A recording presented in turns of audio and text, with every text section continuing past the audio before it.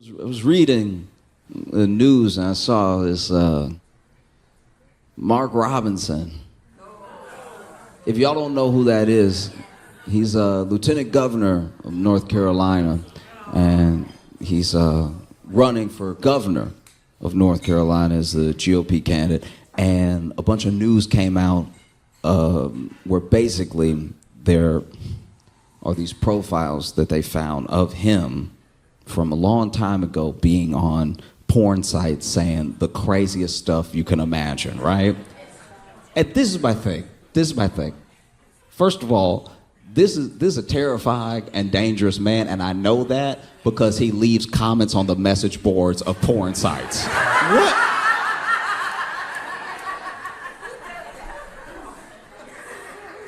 A porn site is simple, okay? You get in and you get out. You don't stay to chat. What's wrong with you? You're not here to make friends. You are out of your mind. Why are you just on here being with? That's weird as hell. No one I've ever met has been like, oh, well, I can't wait to log on and talk. That's a real sick man right there. That's crazy. And just so you know, Mark Robinson has been endorsed by Trump. Trump would stump with him and stuff like that, and he's been at Trump rallies and stuff. And then, Mark Robinson's a very big man. He's huge. He's a large guy. And Trump called Mark Robinson Martin Luther King on steroids, because I don't think he understands how steroids work. They don't just make you bigger in general. They don't balloon you. You gotta work out a little bit. You gotta do something.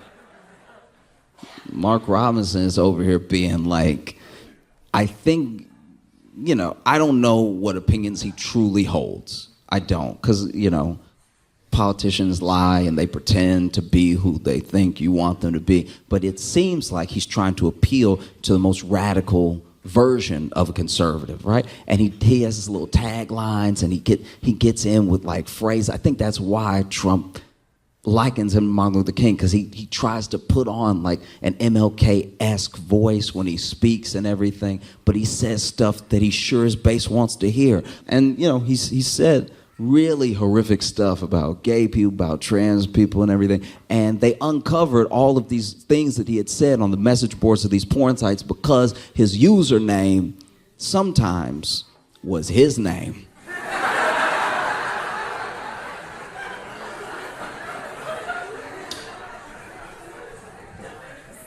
Fellas, I understand that sometimes we're in the heat of the moment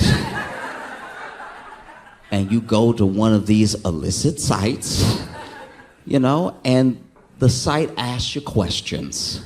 Maybe the site, in order to enter, they want an email or something, or as eager as you are, please do not give them your actual information. This goes out to everybody. I don't care what you believe in, who you're voting for. Please do not give a porn site your real name and email address you use for work. I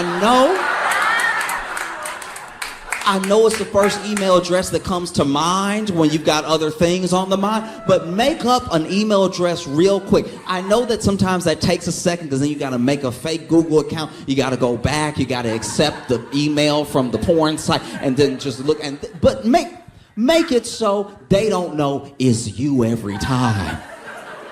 It shouldn't be that hard, but apparently it is, because then CNN and the journalists on CNN, I don't remember if they're actually CNN affiliates, but basically the journalists that looked into it found that on lots of, porn sites, he was using the same username, the same handles, which turned out to be the same usernames and the same handles he used on Twitter and fellas, even if it means coming up with a fake name right now.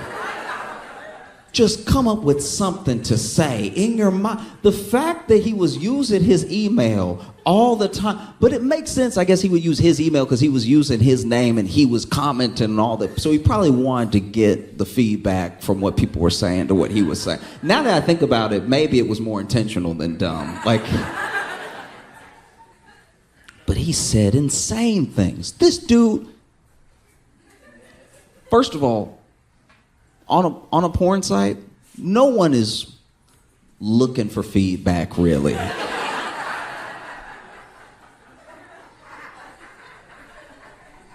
Do you know what I mean? Maybe there's some. Maybe some crowd-funded, crowd-sourced. Do you know what I mean? Like I'm sure. Look, I haven't been on OnlyFans, but I'm sure with an OnlyFans, there are people that are like, I made this thing. I hope people like it. Let me get some feedback. This is what they like. This is what they don't like. That makes sense, right? But if you're just out in the world watching whatever comes up, and then you're just commenting all the time, you need a friend. This dude said such insane things. Some of them I can't repeat, but a couple of them I will.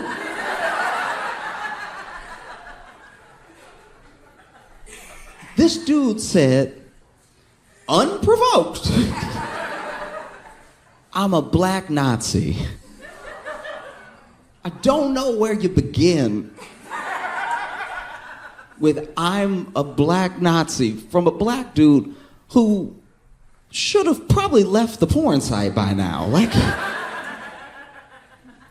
He said other stuff. He was like, I would rather Hitler in office than the people that are in there now.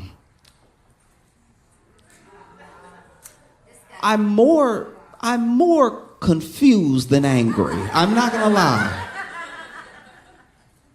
And then he said stuff about how, my man, slavery wasn't that bad. I wish they would bring back slavery. I'd buy a couple. Mind you, this is on a porn site.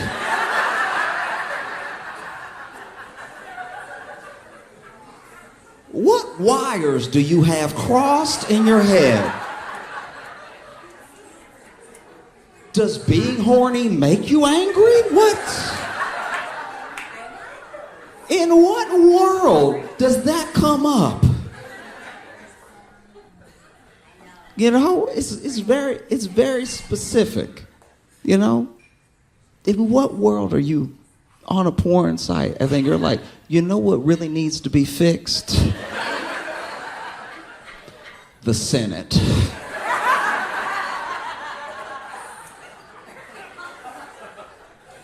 Bruh. What? I do my best. I really do.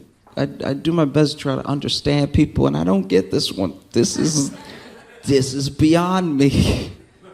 Because even outside of what he said on the sites, it's also some of the things that make him unfit for office are just what he says out in the open. The way that he talks about people who are definitely his constituents, There are gay people in North Carolina. There are trans people in North Carolina. So when he speaks, he's speaking about them and sometimes to them. And he says very sick, hateful things, And just the way that he has this weird, I'm trying to figure out how to say this. I try to love everybody, but it's very hard to love a black man that hates being a black man. It is jarring. You don't even know where to start. And the thing that I think maybe he thinks is that his proximity to whiteness and what the white people around him like will be his safety. And it's not going to be the case. Fundamentally, it won't. Because when you say things like slavery wasn't that bad, I wish they would bring back slavery, I'd buy a couple. Who do you think? It's hard to get to the bottom of what this person is thinking, because it's so crazy, it's like it's one of those things where you look at the state of politics, and it's one thing to lie, and it's one thing to say what you think people want to hear, but it's another thing to be an absolute lunatic and already in office, because he's already lieutenant governor. So governor's not that far of a stretch. And he got to be lieutenant governor saying mostly what he says now, minus the porn stuff. And it's so bad that Donald Trump himself, the dude who would stump with them, this is Martin Luther King on steroids. He doesn't know what steroids are. This is Martin Luther King on steroids. Donald Trump's campaign is even telling him, hey, you may need to drop out.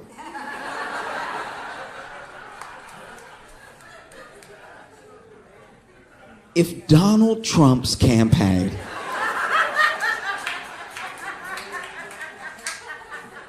Donald J. Trump's campaign is telling you to drop out, you should probably leave Earth.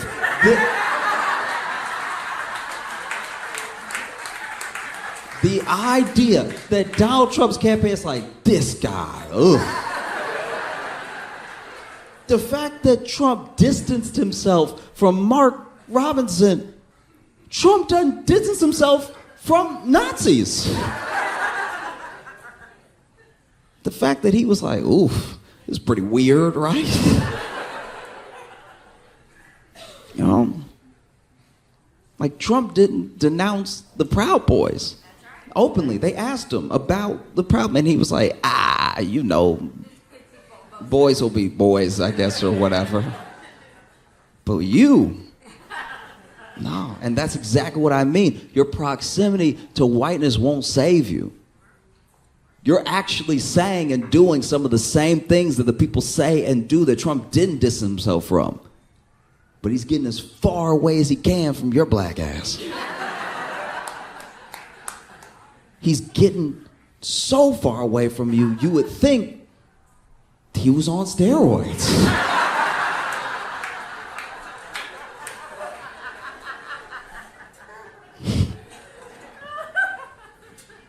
I think a lot about how we think about each other and we treat each other, especially now with like an election on us, you know? Everybody's exhausted. Why do we even do it this way? You know, in like France, they're like 3 months out, they're like, who should we pick? Like we're the only ones that make it a season and a half of TV. Like, no one else in the world does this. No one else in the world is like, all right, 2024, let's start talking about 2028. Why do we do it this way? And then you watch people. You watch how they react to people, you know? Like, I have a tougher time than I've ever had with the things that are being said, you know? Everybody expects politicians to lie. Everybody expects politicians to not care about them. I get that. But what's happening right now is, like, truly insane. You know? J.D. Vance was at a rally, and it's weird. Okay, I've just never seen somebody with less charisma.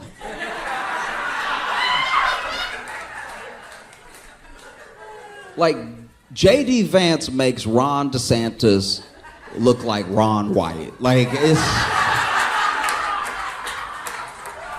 Because when Ron DeSantis was running, I was like, why he's smiling like that? He was just, do you remember his smile? He's right. He's like, it's like it hurt him to talk to people, person to person. Then J.D. Vance got in there and nobody was happy. And J.D. Vance said, you know, they asked him about how he felt about the whole rumor about the dogs and cats things affecting the Haitian community, why they've been zeroing in on Haitians specifically in Springfield for some reason. You know, he's from Ohio and everything like that. And he basically said, like, and you can look this up for yourself if you think I'm being unfair, but he basically said that, you know, this is a Democrat talking point and a point by the media and everything, as if he didn't say it. And then he basically says, you know, everyone loves talking about those Haitians in the community like they came here legally and are doing everything legally, but they were brought in and they were legalized through a process by Kamala Harris that is unconstitutional. So as long as they're here, I'm gonna call them illegal aliens. He's talking about the people who did the right thing, by the way. You'll still be illegal. You'll never not be illegal, in my view. That's wild. You can't do that. You just can't, because the law is supposed to be the law. You're supposed to be the party of law and order. You can't just be like, nuh-uh, that's not...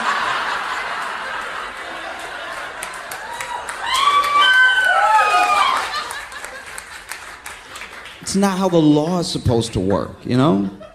And look, I think that one of the reasons we get pitted against each other really, really hard is because America makes a promise, and it makes a promise to everybody that they will have it better tomorrow. And a better tomorrow isn't coming for everybody because of systems in place to keep tomorrow like today.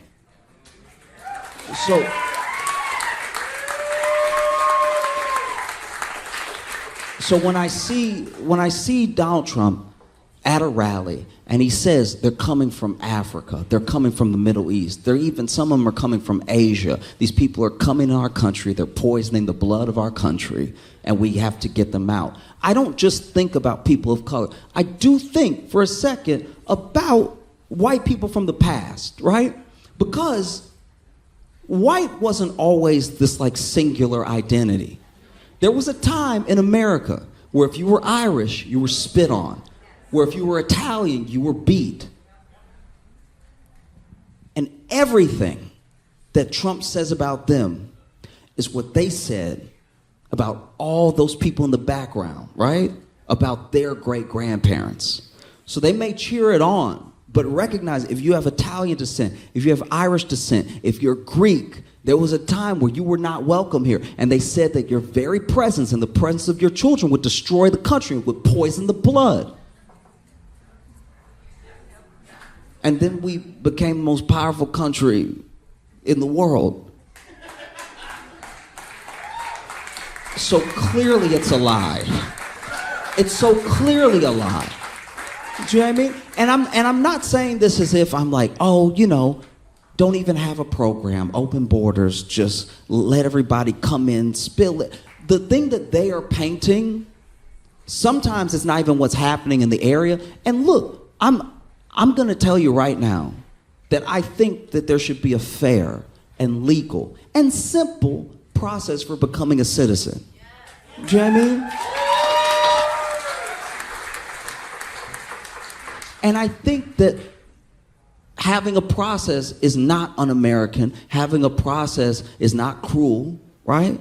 But there has to be a process. But then when that process is adhered to, you can't just be like, no, that's unmanageable. You know, that's wild to me.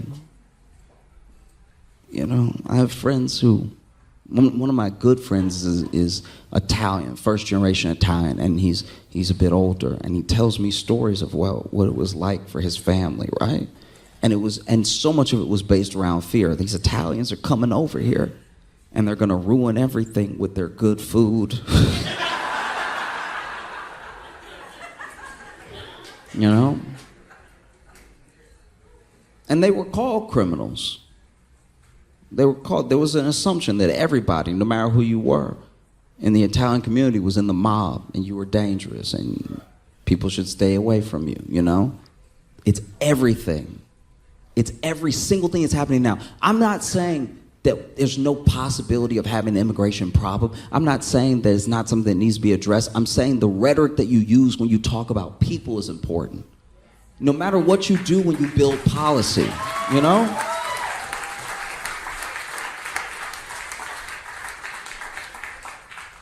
Because I would like the people who are hardworking, the people who are honest, the people who genuinely love America to be in America, you know? Because the same things that they do to immigrants now is what they did back in the day, you know? Maybe you were Irish, and maybe an Irish person in your community committed a crime, and now it's a crime on all of you. Not just one of you did it, y'all all did it. Every single one of you, and we're gonna make you feel like you did it. We're gonna put up signs, right? And if you're Irish, you know what those signs said. You know what I mean? So where did that get us? And where are we now? You know? Because we didn't send those Irish people back. We didn't send those Italian people back. You know, we found a way to make things work, and you build on a process and you improve it. I'm not saying there's not a process that doesn't need to be improved. I really am not. I'm saying that the way that you talk about people is important. Outside of anything else, whether they share some land with you or not. You know, and the same things that are happening now are what happened back then, you know? I'm scared of having a political process that's it's untenable. No.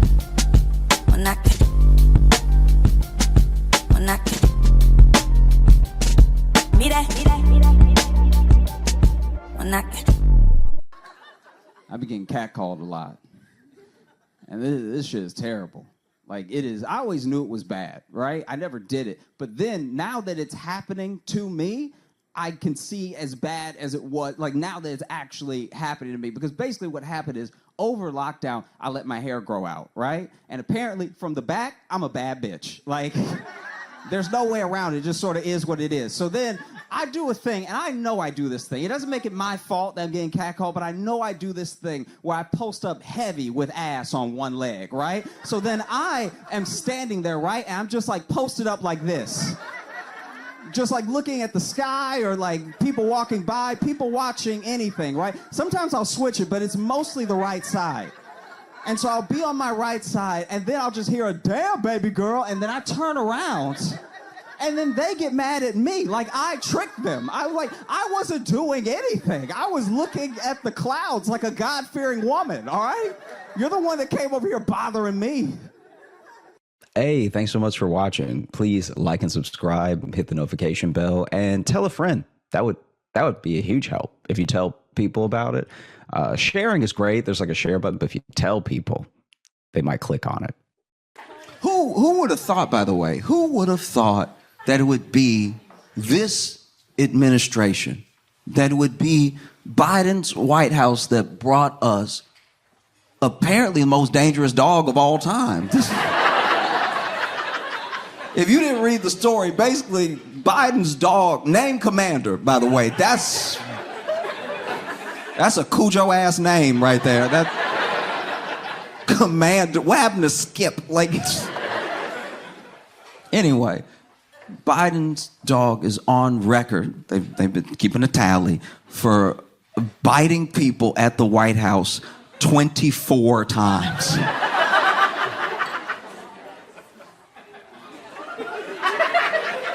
No dog should bite more times than years you expect it to live. 24 is a high number. And I think a lot of people are looking at this the wrong way. I really do. A lot of people are out here being like, I can't believe they letting this dog run amok in the White House. Why can't Biden control his dog? Everything. I think they're looking at it the wrong way, I'll be honest with you, because in my opinion, I'm on Commander's side. I really am. Because a lot of these dogs out here, they wear the vest. They wear the vest that says emotional support dog, and they talk about them being emotional support dogs, but they not really about that life.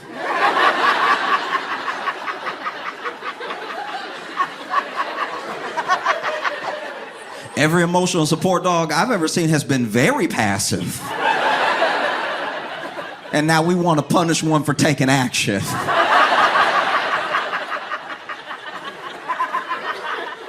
Commander just got good ears. That's all it is. His ears good as hell. Dogs have great ears. Commander hear everything. He in the White House. He hears people. He hears people on the other side of walls, behind doors, talking shifty behind Biden's back. You know how politics can be. And then they walk out into the hallway.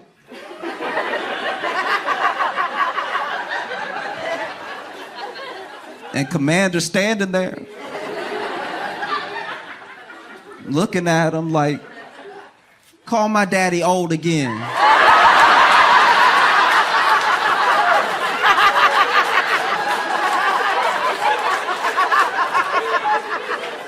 No, don't back up. Don't back up.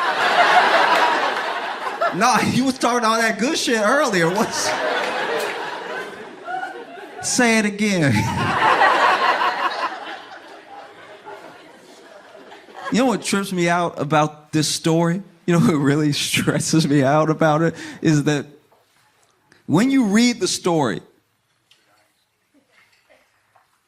Biden's dog is on record biting 24 times. That's what's recorded, which means there are definitely unrecorded bites. That's just the ones people felt like staying to file something. Some people went to the White House, got bit, and didn't want to stand around to be like, it was him. Ooh.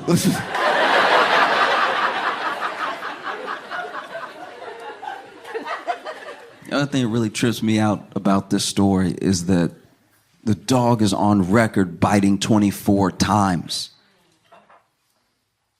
Never said 24 people.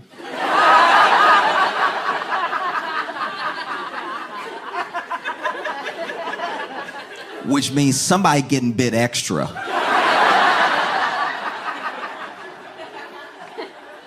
There's a chance this dog has only bitten 5 people.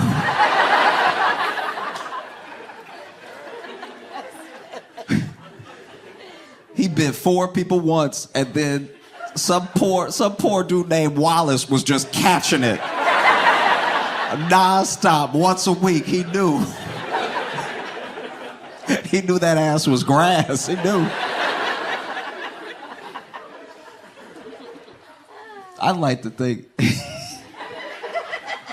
I'm sure that for that many bites, that means that Commander bit somebody in at least one of Joe Biden's Zoom backgrounds. Biden on with the Prime Minister or somewhere, you just see somebody in the background going like,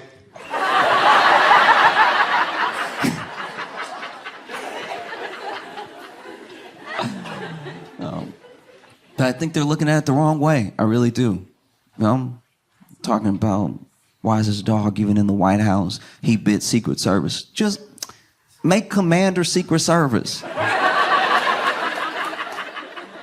You know, Secret Service is very predictable. I actually worked at the Tonight Show when Obama visited, and so Secret Service was there. And you see them in action. Look. Big dudes look very Men in Black. They got the shades, they got the earpiece, everything. They're standing next to the door. I'm not gonna lie, that must be like hell when you Secret Service, because anytime you stand next to a door, there are people that are like, is the president behind that door?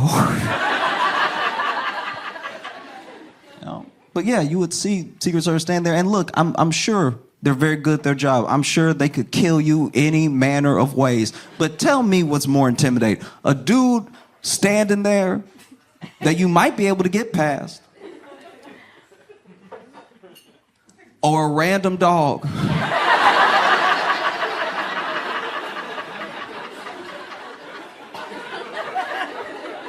A random dog standing in the hallway that we know bites.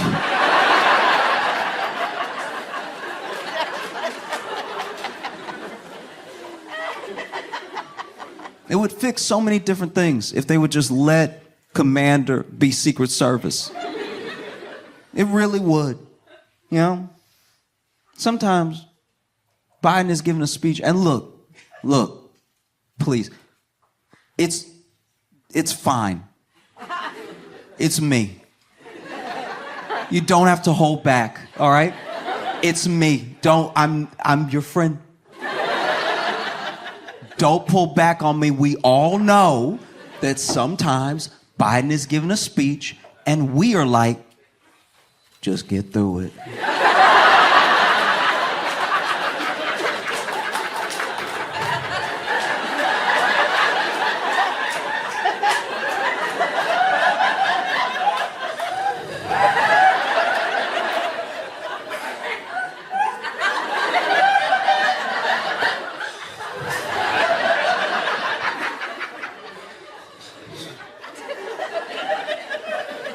We all know it, you know?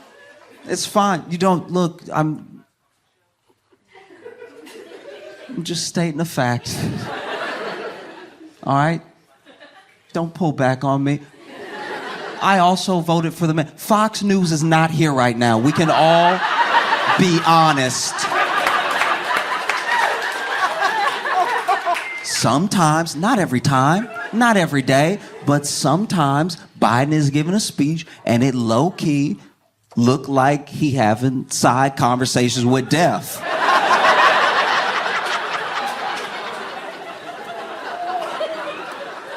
We've all seen it. He is addressing the nation. And then out of nowhere, he'll be like,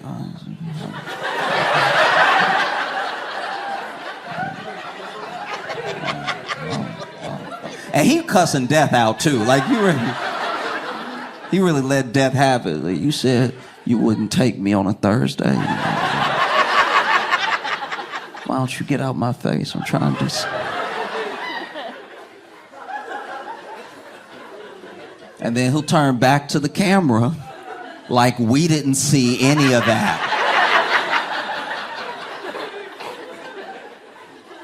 The man is getting distracted sometimes. It happens. It happens. It happens to all of us, you know? You get distracted. But I think that's why you need commander. Instead, just Secret Service stand behind him being all quiet at everything. You have commander walking in front of the podium.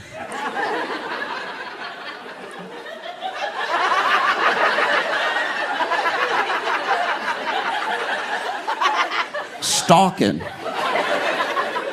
Looking for who he likes, who he doesn't like. Commander sees somebody and he's like, "Hey! Cut that out!" Commander getting loud is exactly what Biden needs every 30 seconds, you know. Give him the speech, you go to turn. Oh, yes. Everybody wins. I love being here though, because y'all are great, you know. Genuinely, I don't know. Some parts of Portland do confuse me, and I'm not acting like I did the reading. So just let me be dumb for a second. You don't need to explain any of it. I'm just saying it did. 12 bridges is a lot.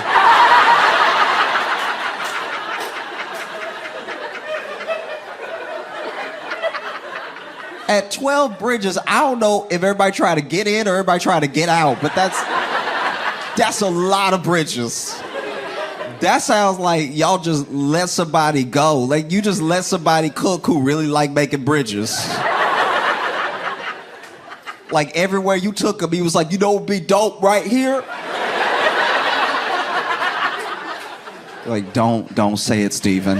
Don't say it. No, we put a bridge right here. Oh, it's gonna be lit, and it won't. But there's a bridge right there, Steve. And it's like, yeah, but you're not always over there. Sometimes you over here, and over here doesn't have a bridge. I'm trying to bring people together. You're trying to block blessings. 12 bridges is so much. I don't, look, this is gonna make me sound dumber. I don't even know where all, at 12 bridges, one of those bridges gotta be to Narnia. There's no way that y'all have 12 different bridges going somewhere. That's crazy. I like being here because y'all are very, very self-aware people. Maybe the most self-aware of any city that I've ever met. This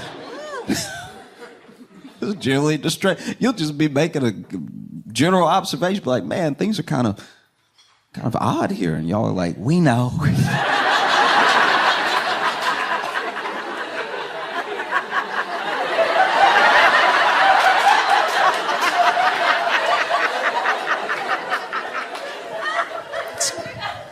We try.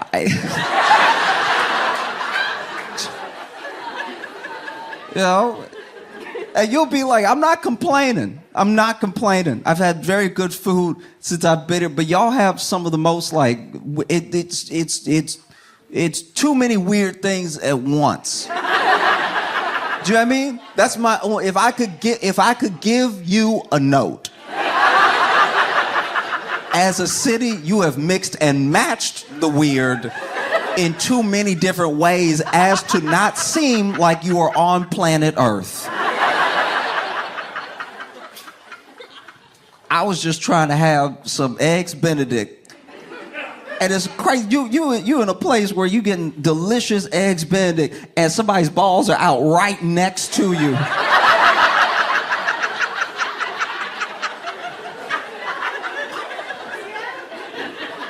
And I'm over here,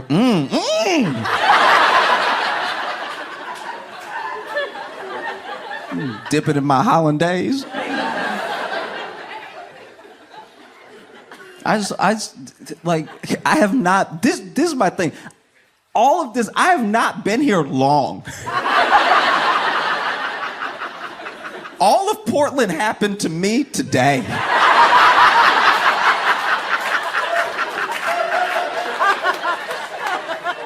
At least New York gives you like a second before someone robs you. They let you get situated, get a little comfortable, let your guard down, then they snatch you. Y'all just come right out the pocket. I met somebody acting crazy as hell. Not even just acting crazy as hell. And that was my Uber driver. That's like, y'all really don't mess around. Y'all want people to know. So, dude, y'all are some of the most creative. I'm just trying to use nice words for it. I saw a dude with a cape wearing a computer monitor, dancing to no music. This man just on the street like. All right. Blown away, but I've had some good food since I've been here. Y'all are interesting because it's like y'all are weird, but also like some of y'all just very, very healthy, health conscious, healthy food and everything. This seemed like the only city in America that might have organic crack. Like.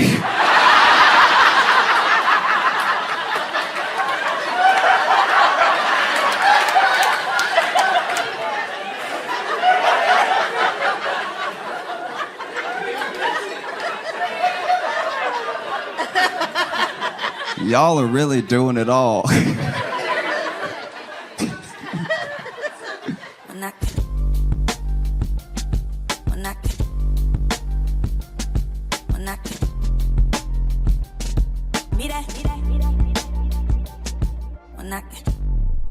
This coronavirus is it's changing the city, man.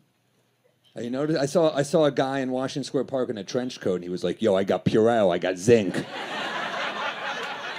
Give you a face mask." It's like, didn't you used to sell coke? He's like, yeah, shit's changed around here. You know?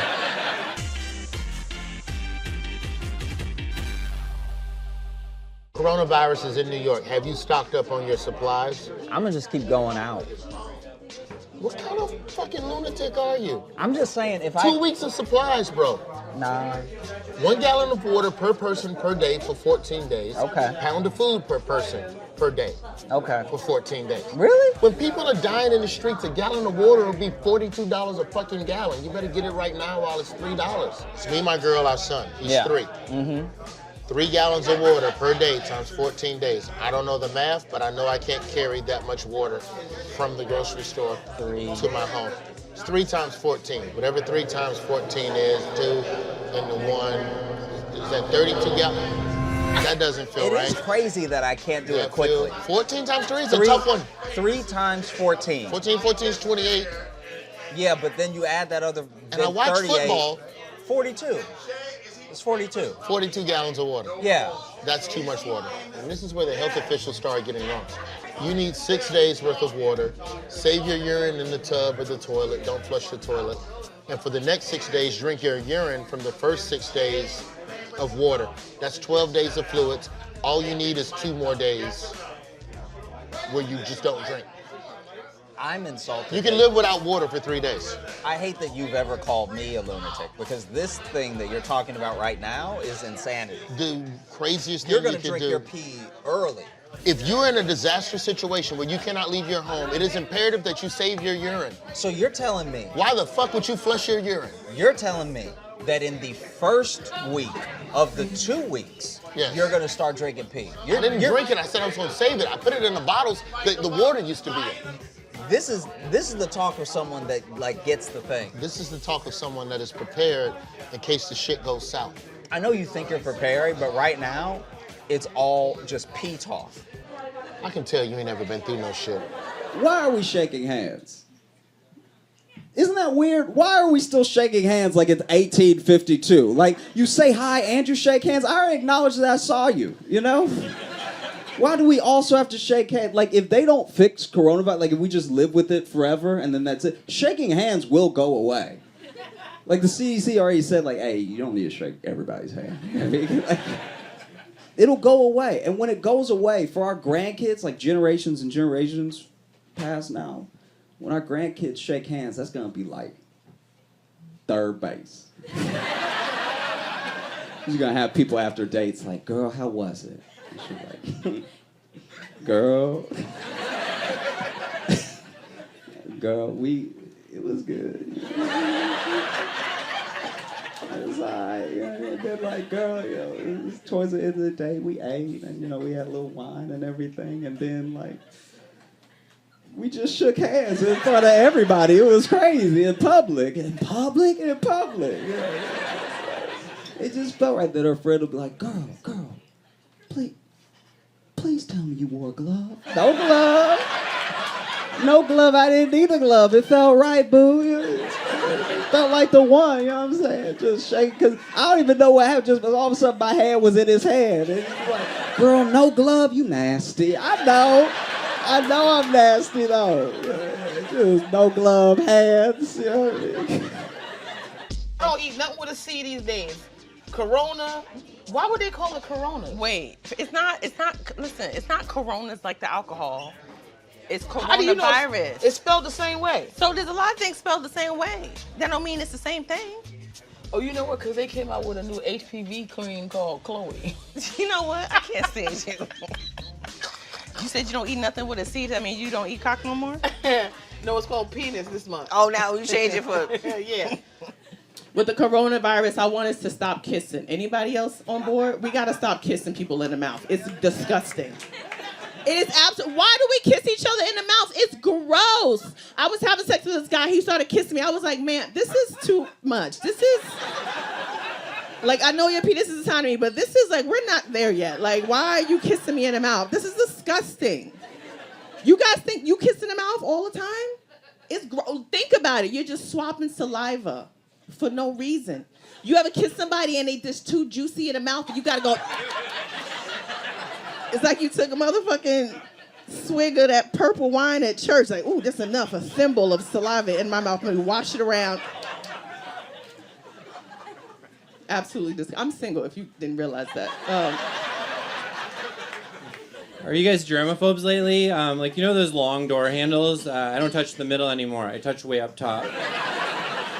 But now every time I walk into a restaurant, it looks like I'm a stripper who's starting her dance. You know what's crazy about the coronavirus? I read that, like, the Corona beer sales are way down because of the coronavirus, just because the names are similar, which I think is weird. I remember when OJ killed his wife, we didn't stop drinking orange juice. Now, with the coronavirus coming out. What is it called? Whatever it is. No, what is it called? What are you trying to say? How worried, like, do you have... No, dummy, it affects old people like you first. It's the people that are in the winter of their lives. I'm 44. You are 44. I'll bathe my unborn baby in the coronavirus. There's no way you're 44. I'm 44. You're not 44, but you put an S on everything. You called it coronavirus. The older black men get, the more essence they add on water. Too.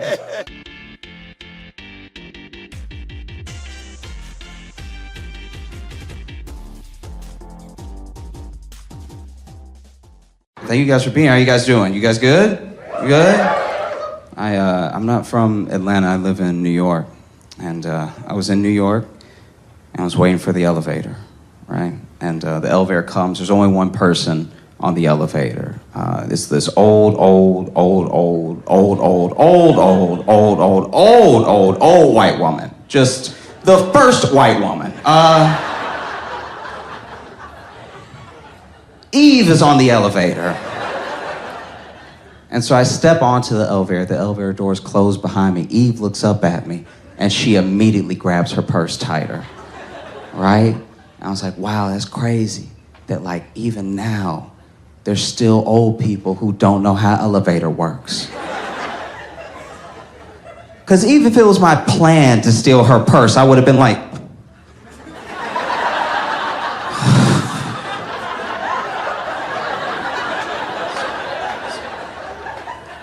this thing. You know what I mean? So what do? You know, there's only 3 floors this elevator. I'm not gonna yell at an old lady, but she just did this weird thing. I feel weird in my head. I'm like, what do I do? So I farted on her. And like,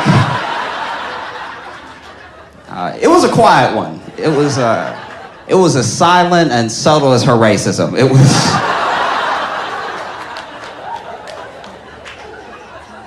Neither one of us got off that elevator happy. We were both very upset. You know? I think family is important. I think it's the most important part of the human experience because family teaches you how to deal with people you would never talk to otherwise. You know what I mean? Like, not everyone's got that uncle. Like, you know what I mean? Like me, my uncle, if we weren't related, no, not at all. If I were on the elevator and I saw my uncle coming, I would hit closed door in his face. I'm like, no, that looks like a problem. No, thank you. I don't want to have anything to do with that. If I were just sitting in a car and my uncle was passing by, I would lock the doors in front of him. I'd be like, no, you look like you have a question, and I can't. You know what I mean? Because I can't speak to you or your family. I don't know what it's like to be me, you know? But for me, in my mind, uncles are like dads that never made it. You know what I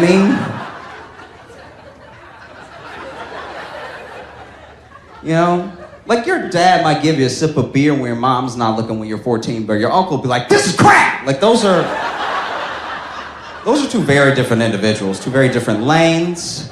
One should not be picking me up from school, you know what I mean? Like, because my uncle will try to give me advice, but like, he is so clearly inserting himself in the advice he gives me. He's literally plugging in his own life and talking. He's not listening to my problem at all. You know? So I'll give you an example. I was talking about, I was like, hey, it's been a good year. Things going well for me. I'm just worried about the future. What's gonna happen next? I just wanna be happy. What do you think I should do? And my uncle's like, you young? You got prospects? Fuck! That was the entire conversation.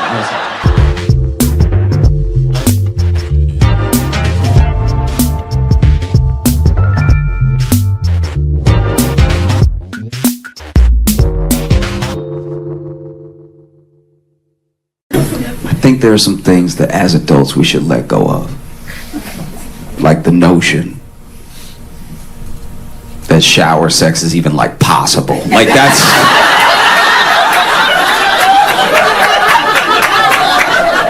What are we doing? Who are we trying to impress? It's us. We know what we're capable of.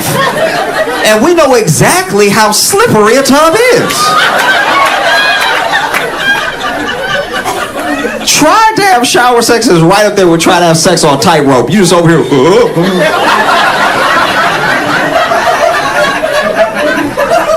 Hopefully you gonna slip and accidentally do something good.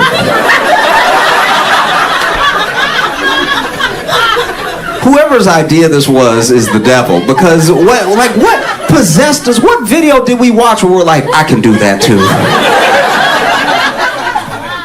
It's never a good idea, ever. Even if you got the bath mat. Because Because what people don't tell you about that tub, Matt, it's got little suction cups at the bottom, but with enough pressure, it will slip right off. And so you standing on it, believing in it. Next thing you know, you wake up concussed. That's one of my greatest fears, to have some sort of, be trying to smash and get some sort of energy that, like, I can do it.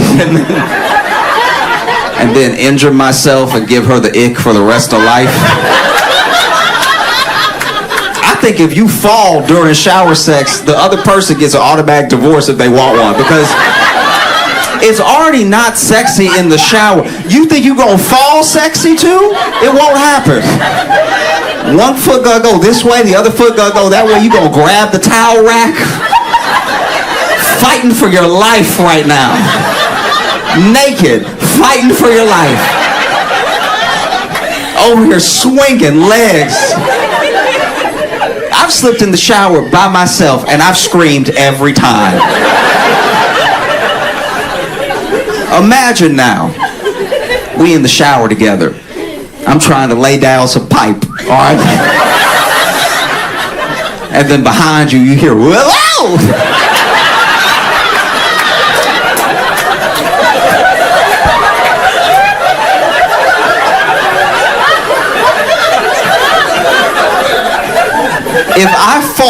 If I fall during shower sex, I better die.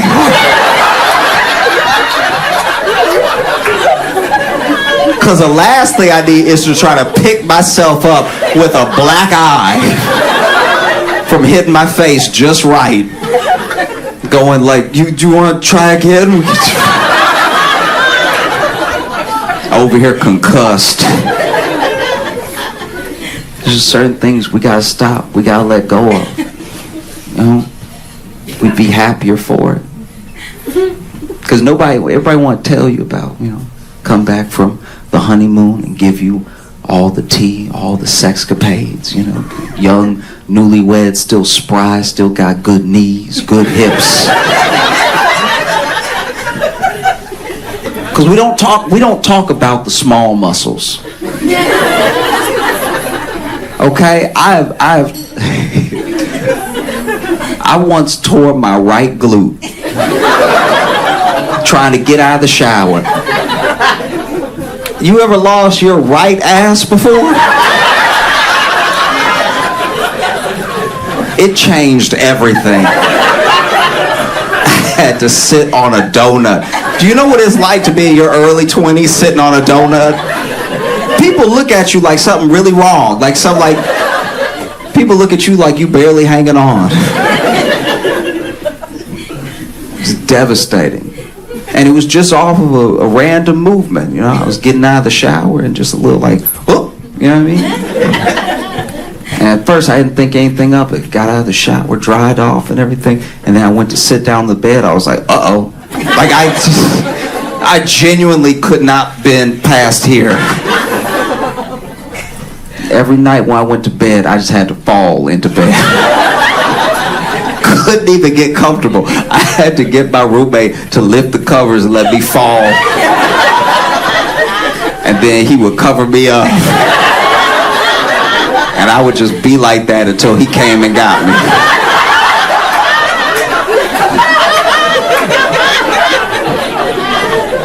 These were horrible circumstances. There was one day, we used to get up around the same time to go to work, and then one day he overslept. I had to scream. I had to scream for him to come get me. This man waking up, realized he late. I hear him in the other room, oh shit, and then grabbing. I hear all the movements, I hear all the clamoring. He's putting his clothes on and everything, and I'm like, hey, hey.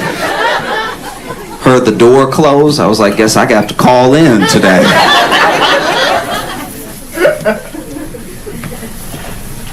Don't sleep on the small muscles. Okay, take good care of yourself. Don't let somebody pressure you into shower sex you're not capable of.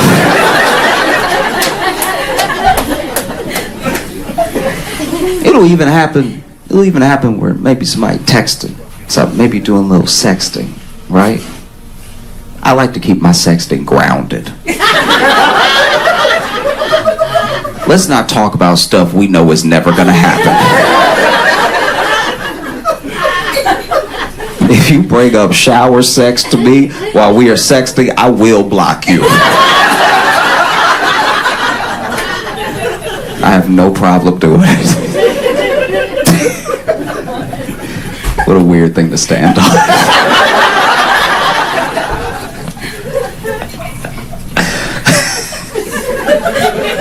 No, she cute, but she brought up tubs. I couldn't do it. Couldn't do it. She had to go. I had to kick her to the curb, all right? Anything to do with porcelain, that's too freaky for me. I don't like that. I don't know how you were raised, but I'm a Christian.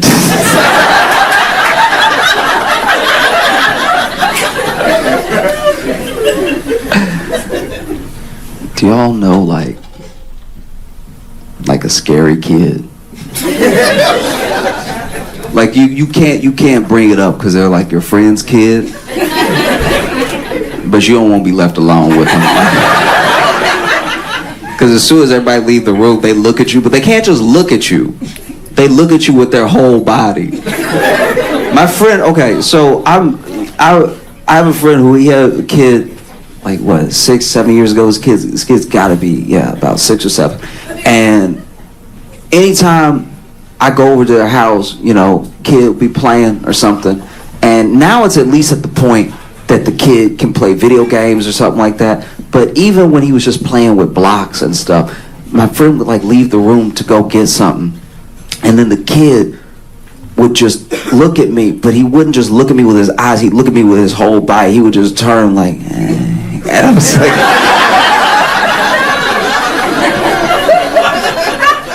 and this is what scared me about that, right? Okay, so when I was alone with the kid and he'd be playing with the blocks, he'd be sitting, flipping the blocks and everything and like knocking them over, building them up, knocking them over, being all cute at everything. And then my friend would leave the room and he wouldn't just turn on his little butt or something to look at me. He would stand up and turn.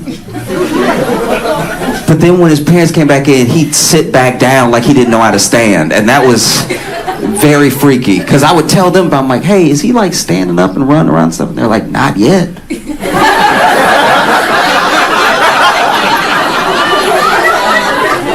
So now I know I've been left alone with a demon because why are you only walking to scare me, Didn't matter what it was. As soon as they walked out of the room, he'd pop up. Wouldn't even talk baby to me, just be like, I don't know what he wants. There was one time I was at their house and he was like in front of the TV, and then I went to the kitchen and they were, I don't know where they were, but then out of nowhere I turned in the kitchen and he's standing at the kitchen door, and I'm not gonna lie, I shouldn't even admit this, but just out of panic I almost punted that kid. I almost like, imagine, just please imagine for me that you going around the house just doing your regular thing, right? And then out of nowhere a child that no one thinks can walk is just standing behind you. I was like, what in the boss baby is happening right now?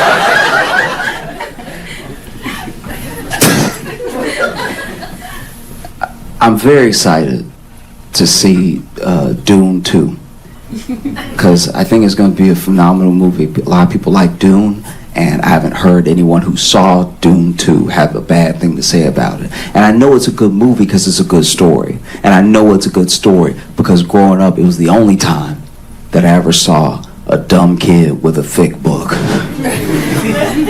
Dune is very thick. And they were always a bookmark deep into that book. Deeper than you can get in the Bible. Like the Dune might have more pages now that I think about it. And they would always finish it. I'm like, this must be an incredible story, As adults, I think that we see the world in an objective way. Because we're old enough now to have enough discernment to pull information in and decide how we feel about it, right? But I don't think that we see the world objectively, because I think by the time you're an adult, it's not that it's too late, but just too much has happened. You got too many biases. You have so much trauma. You have a lens you see the world through. That's why the only people who I think see the world the way it is are kids. Because they just don't have all those filters. There's no like veil yet. That's why they take things so literally. You know? They'll be like, that's what you said. That must be what it is, right? Like when I was growing up, when I was learning to read, I was in class with a kid who misunderstood the meaning of sound it out, right? So instead of going ch, ch, cha, cha, cha, cha, cha, cha, chair, right? He would go, ooh!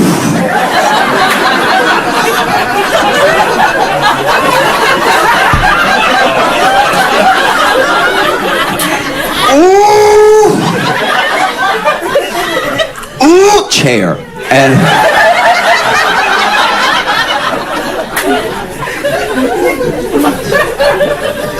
that kid finished Dune. All right.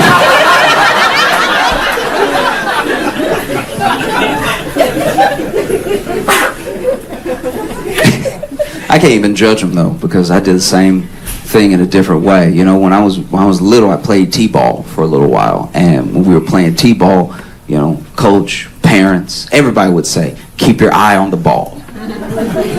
Keep your eye on the ball, right? And I took it literally. Keep your eye on the ball. Now, we didn't have a big league of kids, and so sometimes we had to play the same team a couple times in one year, right? And there was one kid that really shouldn't have been playing. I don't know how many times he had been held back, but this was an adult. This was... You know that thing they talk about people always trying to do in the World Series? They were doing it in my local t-ball league, okay? This kid looked like he had a full-time job, and he would come up to the plate, and he was so good. Like, on top of being big, he was good. And, you know, te'd be right here, the ball would be right here, and he always managed to, like, crack the ball, not just, like, over, not just up, but, like, up, like really, like truly under to pop it up into the air, right? And I remember one time he did it. One time you could hear it. Hear the pop off that metal bat and the ball flying into the air. And I was keeping my eye on the ball. And the ball looked like it was gonna go into space. It got hard to keep my eye on the ball for a second, because like the clouds are white, the ball is white, and the ball is in the clouds.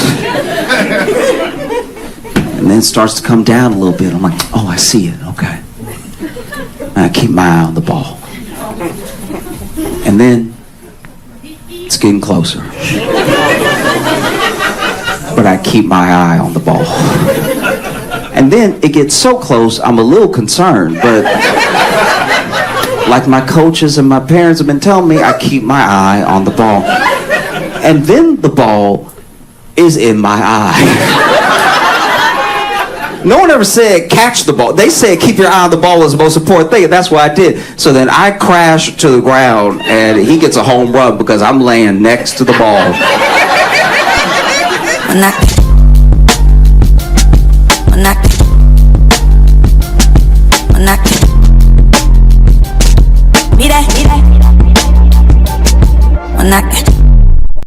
I'll tell you what though, I've been listening to some of Beyonce's album, the new album, the country one, and everyone has what feels like a lot of feelings. Like some people are like, this isn't country. Some people are like, what a beautiful country album, you know. So. And some people are just interested in it because they feel like someone as big as Beyonce making a country album brings people back to at least some semblance of the history of like black origins within country music, right? Because and I don't expect everyone to know. I didn't know. My friend was telling me all of this stuff. I didn't just know this offhand. My friend was telling me that a lot of the instruments that come from early country, because like a lot of country comes from bluegrass, and so some of those bluegrass instruments were instruments that slaves made, right? Because they already had origins in West Africa. Things like the banjo, which were initially made with like gourds, stuff like that, like things that would later become the banjo, things that would become the fiddle, things that would become the tambourine, that were infused in this bluegrass that became this country music. Also, while a lot of the chanting from spirituals ended up as like choral elements and lyrics in some early country songs, and I thought that was so interesting. It's like weirdly buried because everything has to be such a binary for us. This is either black music or white music or anything, and I think people's contributions sometimes get diminished because of that. And then some people were talking about how it's important for Beyonce to make a country album because it is an overshadowing experience of a black person doing country that opens door for more black people who are already doing country, right? And that there's been some resistance to that, which a part of me does kind of get. Like if you're in country and you see Beyonce coming, wouldn't you be like, we have to stop this? This can't, come on. Don't, please. Yeah, I mean, something seems like super white, and then a black person comes, and they're like very talented in it, you know? You let Tiger play a little bit of golf. And not only did he win all the titles, he banged all of your women. Tiger alone, now you see Beyonce coming, you're like, can I have nothing? So yeah, that's where the resistance is coming from.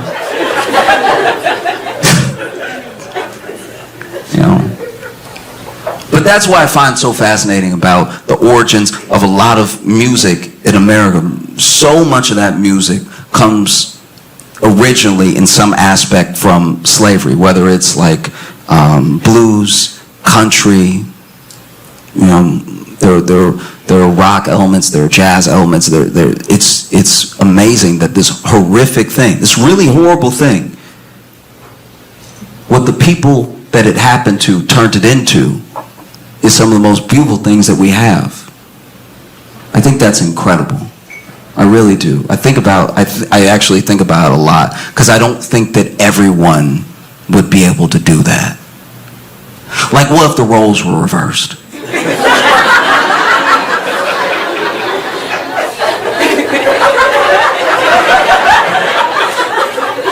What would the white spirituals be?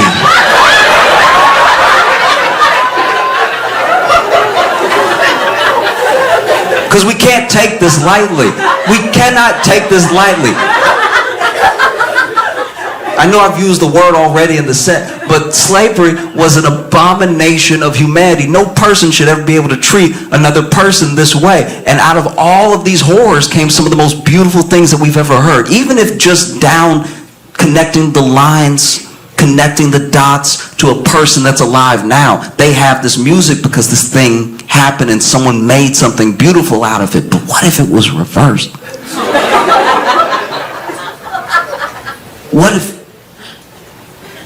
there were whites in the fields tilling the earth under the hot sun,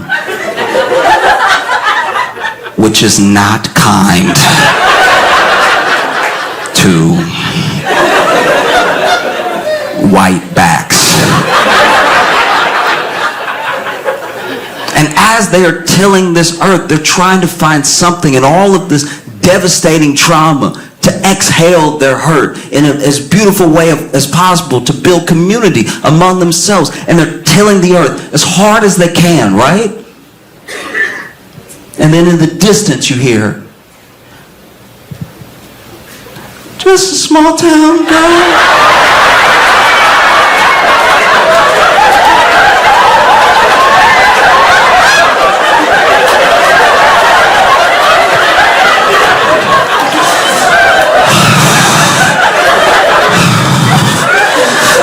Living in a lonely world.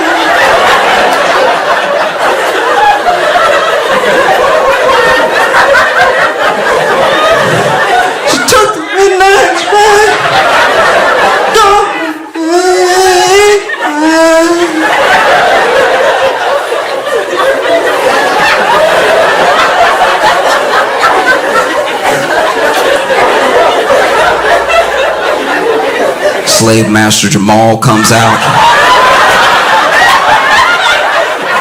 What's that bullshit I hear?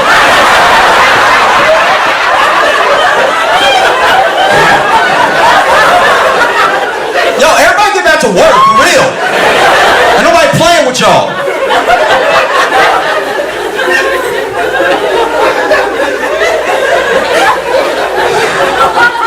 I think that one very, very important thing that we have to do as people, like as a country, to move forward is I think we have to genuinely decide who needs to be in jail. Do you know what I mean? Because this is my thing. We can all agree that you do need jail. Like we've all met someone that was like, this feels like jail behavior.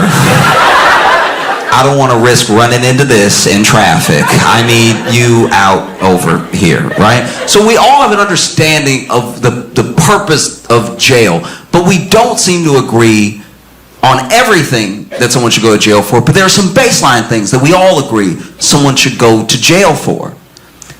But then people do those things and then they don't go to jail.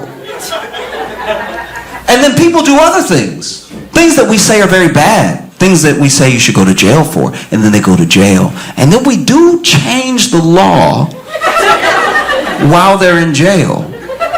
Like I think about everybody who, was in jail for weed possession in states where weed is currently legal. They went to jail, and I understand that they broke the law, but they went to jail, and then we decided, as people, because it's something that had to be voted on, that, no, this thing shouldn't be illegal. And then they're sitting in jail like, so...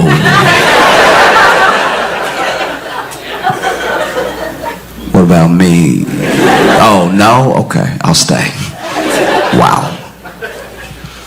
Like, I had a friend who went to jail for, weed possession, right? And he did have a lot. He had quite a bit on him. He had, I'll call it an entrepreneurial amount.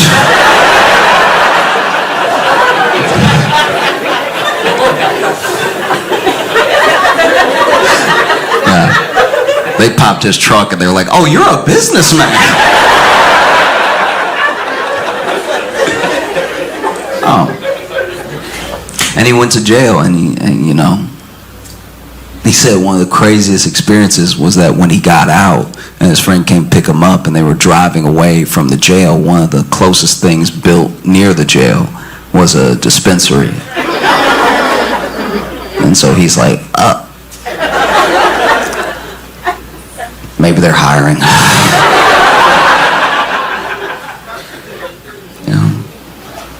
Because we all know people, in theory, who should be in jail and aren't. You know what I mean? We've all worked with somebody who we know is crazy. Somebody who is like, if anybody gonna shoot up the job, it's gonna be him. And we all know, people in different departments are like, have you met him? Stay away. Don't make eye contact.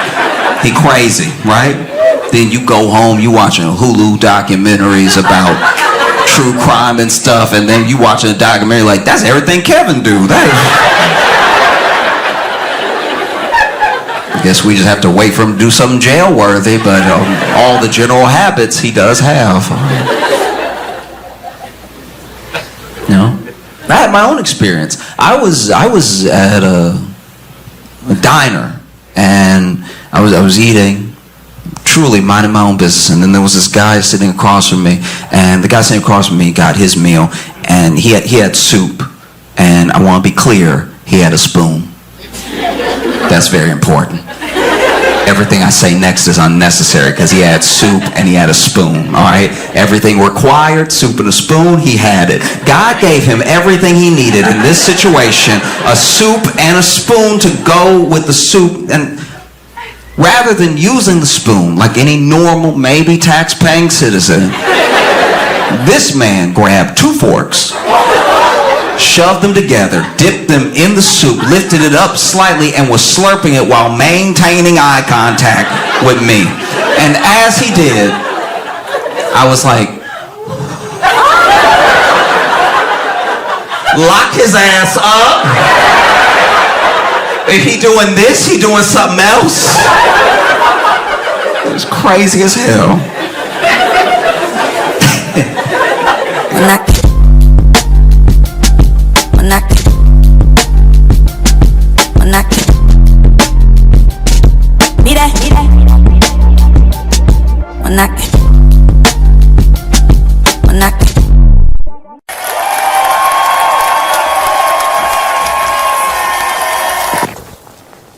I know I'm late to the conversation, but I found out about it late. I don't know how I missed it, but everybody's been arguing over if they'd rather be left in the woods with a man or a bear. It's a thing that started on TikTok, but then everybody's been putting their 2 cents in all across the internet on different platforms. And it's been interesting because I think it originally got posed to women. Would you rather be alone in the woods with a random bear or a random man, right? And I think people were astonished at how many women picked bear because it was a lot. I've actually seen very few videos that weren't bear. Which is shocking. It's like, I don't know, it took me aback. And a lot of dudes on the internet got very upset. They got so angry that they were like, why would you pick a bear? Why wouldn't you be, what, are you out of your mind? Are you stupid? Why wouldn't you want to be left alone with a random man, you stupid bitch?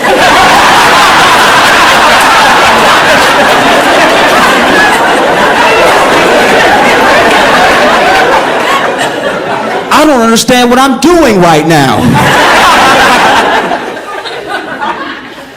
You know? And I'm not gonna lie, I was like, I don't know how in my feelings I was about it, but I was shocked. I was just like, oh, wow, jeez. And then you actually hear people talk about it. You actually hear, women say like, well, the worst thing that, a bear is gonna do is either attack you or leave you alone, right? A man could do so many worse things to you, And then there was one woman, and I think her sentiment was like echoed around all of social. It was just like, she basically said, at least if I got attacked by a bear, people would believe me. Which I was like, ooh. When I heard it, I was like, ooh. Oof. Where do you go from there? What do you do next? What do you say to that sort of thing, Because it is true. It's a terrifying truth. It's a very sad truth. If somebody got attacked by a bear and ran up to you, you wouldn't be like, nah. Nah, you good.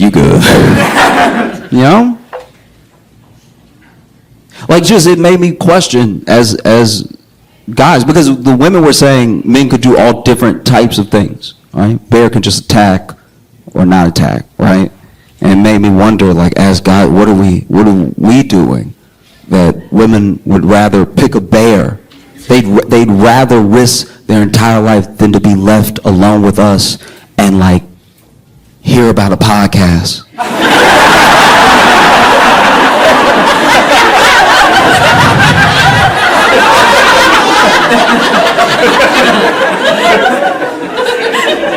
It's rough stuff. I don't know if y'all saw this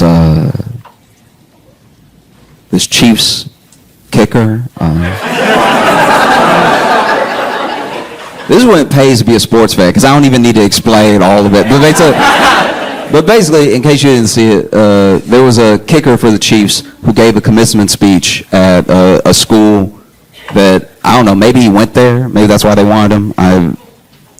Seems like kicker is like pretty low on the list of who I want to bring to my school to sit, because this is like the last speech your kids are going to get at education before you send them out into the world, And he gets up there, and at first it didn't seem to be like that weird of a speech. I saw people were messaging me about it, and I was like, what did he say? As I was watching it at first, I was like, what did he say? He's like, oh, just be a strong man, take care of the people around you, have good values, all stuff like that.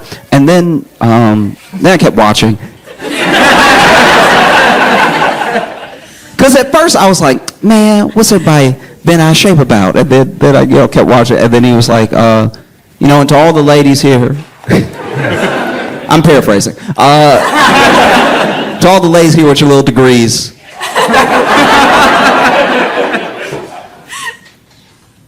Go ahead and have a baby or your life is meaningless. He didn't really say that, but it's how people felt. And it's pretty crazy because I looked him up afterwards because I was just like, the weird thing about him is that because he's the kicker, he really feels this way. He has the least CTE on the team.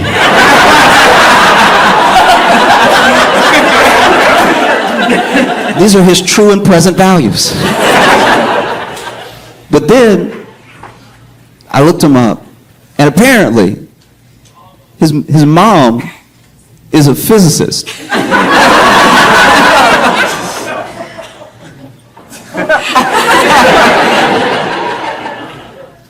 Which, I don't know. I mean, I guess to a certain degree he's working something out there.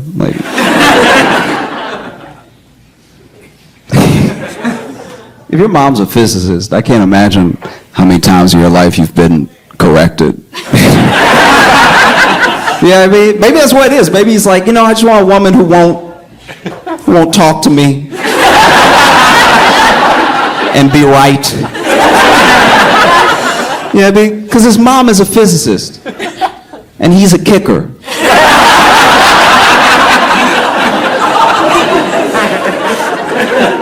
Which means every time he misses, his mom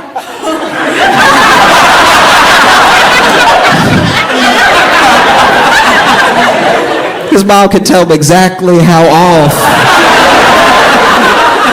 he was.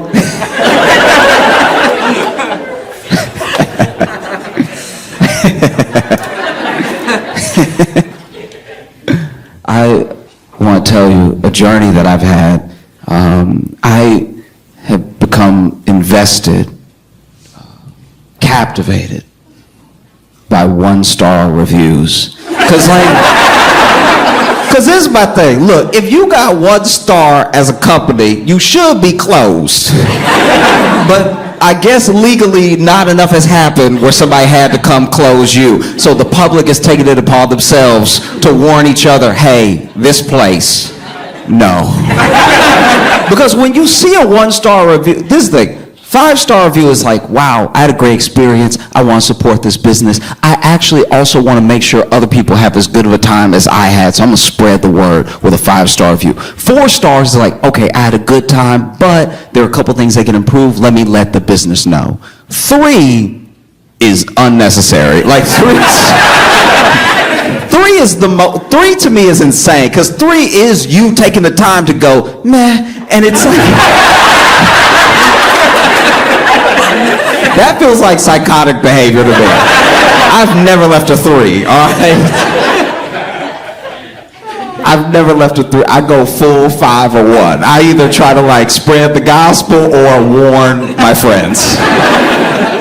2 is like something happened. 2 is like, look, I would do a 1, but someone there was so sweet that I want to acknowledge how great they were. Because you'll notice a lot of 2-star reviews have something positive in them to a point where I'm like, why isn't this a 4-star review? And then you get to the end and it's like, but there was blood everywhere. And you're like, oh, okay. All right, I got you. So hospitality check, wonderful environment check, but lots of blood in the bathroom. I see why you have a 2 now. I see you were trying to give props, you're trying to be fair.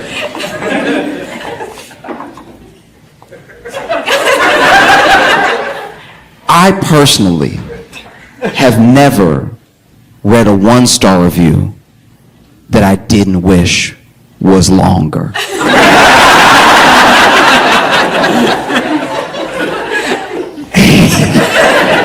One time I was just chilling with Logan and I was reading him 1-star reviews that were making me laugh, and I can't remember what the business was now. I'm blanking on the business, but I think it was like a seafood place. It was like a crab shack, and then there was a 1-star review that just said, "This place is a chair."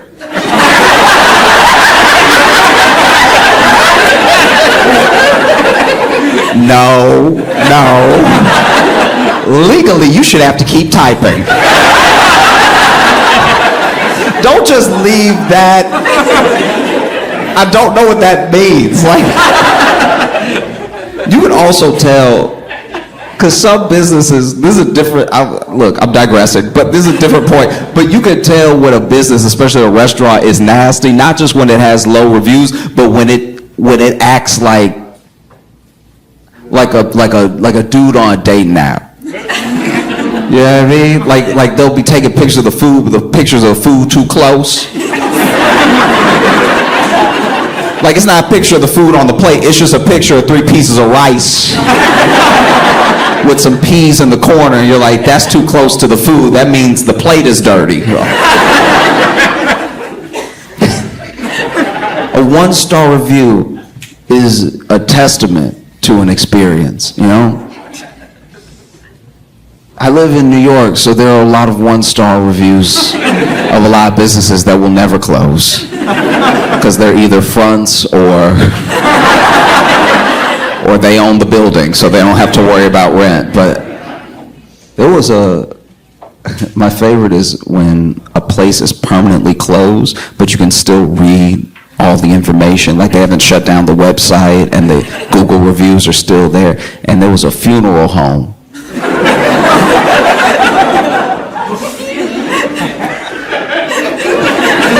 There was a funeral home that had a 1-star review, and I was like, this is my afternoon.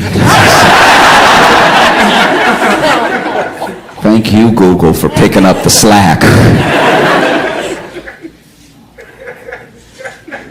Like I said, every 1-star review leaves you wanting more. There was a 1-star review that just said, "They lost my daddy."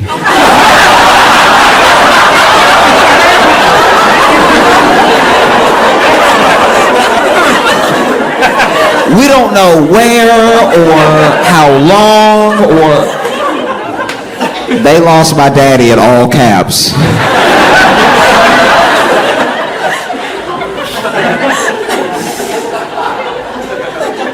1-star review as a whole is incredible because it means that everyone's experience has been similar, right? Like, you'll see places with like a 3.0, and you'll see it really breaks down to like half 1s, half 5s, right? It just depends on the day, what kind of service that they get. 1-star review means everyone agrees, right? And the thing about a business having a 1-star review that blows my mind is I used to live in Chicago. And when I lived in Chicago, I didn't know you could just start a Yelp or a Google review for a place you didn't own. So someone had started like a Google review for Cook County Jail.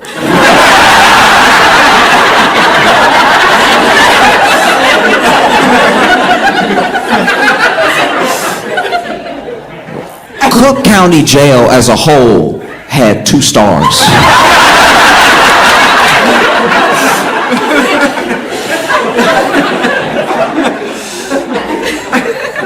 And it's honestly hard to, like, I've read most of them, right? And one of them was 1 star, right? 1 star. And it just said, "The guards are so mean." And then under it, because you know, if you're the business, you can comment under it. So then under it, they were like, "You were in jail."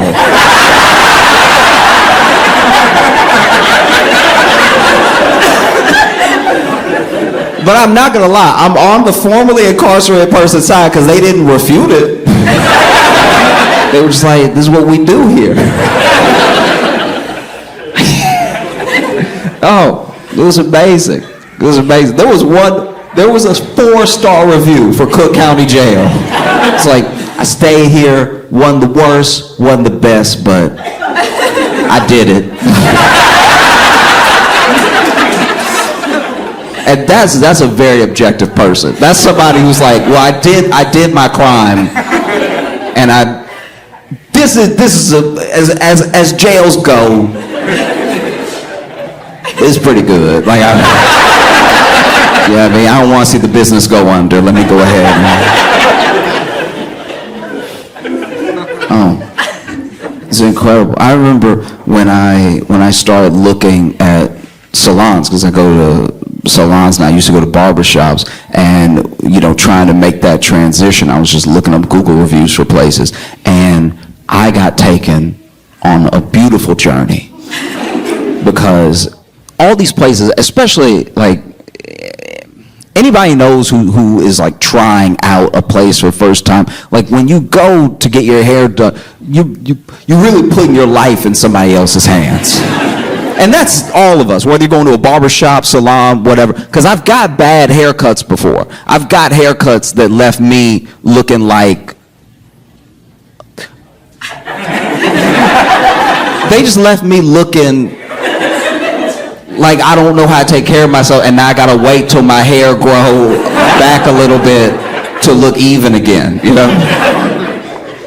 I went to the website of this salon, and I saw all the like beautiful designs of the braids that they do, the variety that they do and everything. So then I went to the bottom of the website, and it says we're currently not taking clients, right? Which happens sometimes. But I went to their Google just to check if maybe they don't update the website, because I was like, let me call, because maybe something's changed, right? When I get to their Google profile, I just go ahead and I'm like, let me look at the reviews just to check, because all this stuff is beautiful in the picture, but these could be Google images.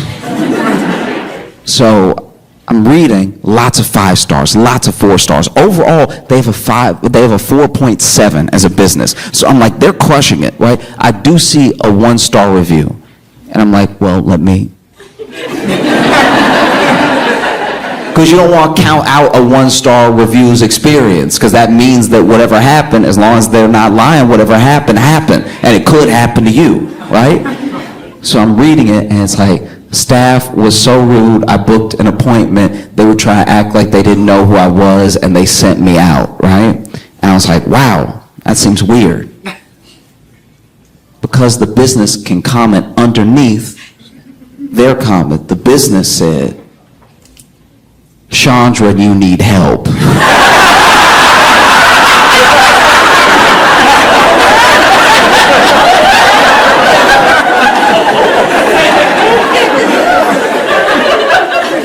Chandra, you need help.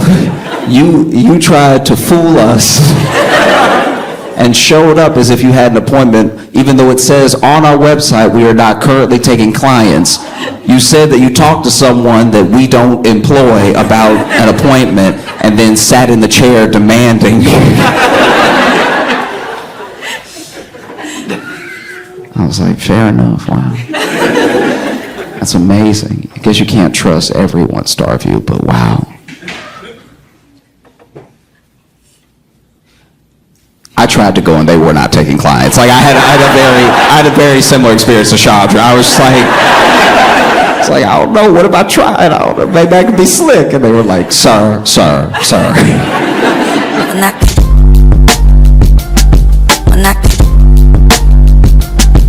I